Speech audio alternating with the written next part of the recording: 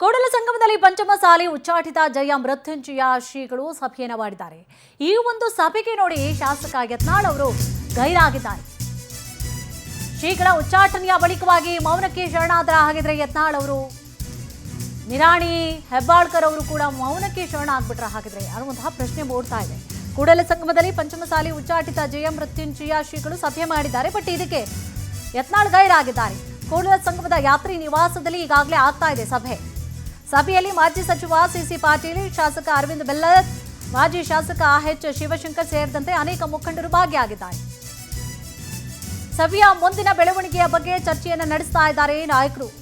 ಬಾಗಲಕೋಟೆ, ಕೊಪ್ಪಳ, ಬೆಳಗಾವಿ, ವಿಜಯಪುರ, ಕಲಬುರಗಿ, ಅಕ್ಕಪಕ್ಕದ ಜಿಲ್ಲೆಗಳ ಪಂಚಮಸಾಲಿ ಮುಖಂಡರ ಅವರುಗಳು ಕೂಡ ಈ ಒಂದು ಸಭೆಯಲ್ಲಿ ಭಾಗಿಯಾಗಿದ್ದಾರೆ. ಬಾಗಲಕೋಟೆ ಜಿಲ್ಲೆಯ ಹುನಗುಂದ ತಾಲೂಕಿನಲ್ಲಿ ಇರುವಂತಹ ಕೂಡಲ ಸಂಗಮ ಪಂಚಮಸಾಲಿ ಉಚ್ಚಾಟಿತ ಜಯ ಮೃತ್ಯುಂಜಯ ಶ್ರೀಗಳು ಈಗಾಗಲೇ ಸಭೆಯನ್ನು ಕರೆದಿದ್ದಾರೆ.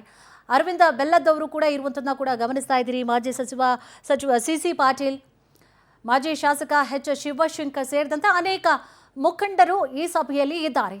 ಬಟ್ ಅಲ್ಲಿ ಗೈರಾಗಿರುವಂಥದ್ದು ಯತ್ನಾಳ್ ಅವರು ಕಾಣಿಸ್ತಾ ಇಲ್ಲ.